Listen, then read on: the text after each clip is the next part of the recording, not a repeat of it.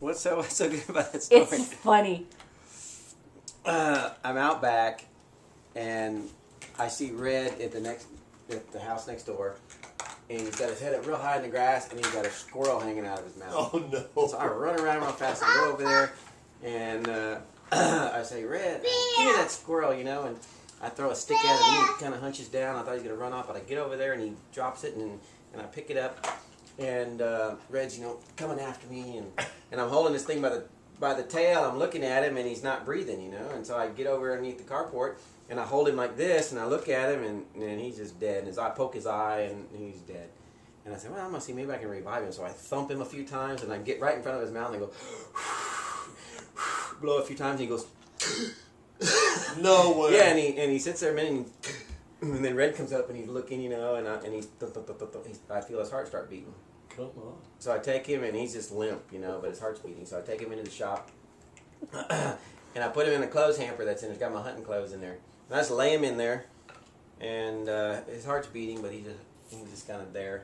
And I cover him up, and come back about 10, 15 minutes later and check on him.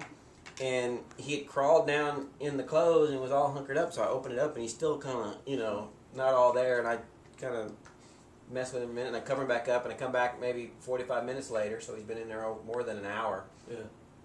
And so I said, well, he might be okay. So I put 2 leather gloves on, and I open the thing up there, and I'm start digging around in there, and he's way down in there, and I see his tail, and I pull the clothes off, and he looks up, and he just goes, jumping up, and I try to get him, and he runs up, and he jumps on the side of the wall of the shop, and he crawls around the door, and is hanging on the side of the shop, and then he jumps down and runs through the yard, and Red sees him. Oh no! But luckily he runs, and he hits the fence. He hits the fence, but he squirts through there, and then so Red had to stop and jump over, and then Red, he got up at the tree and he got away. But You have revived a squirrel. Yeah. I would like to. Yeah. I'd like to see, David. Is this a real story? Real or story. You just I didn't put my mouth on his nose, but I got about that far from it and just blew real hard. His mouth went, his mouth opened up, and I think it got enough air in there. I think that'll be the front page of the paper. You hear what your daddy did?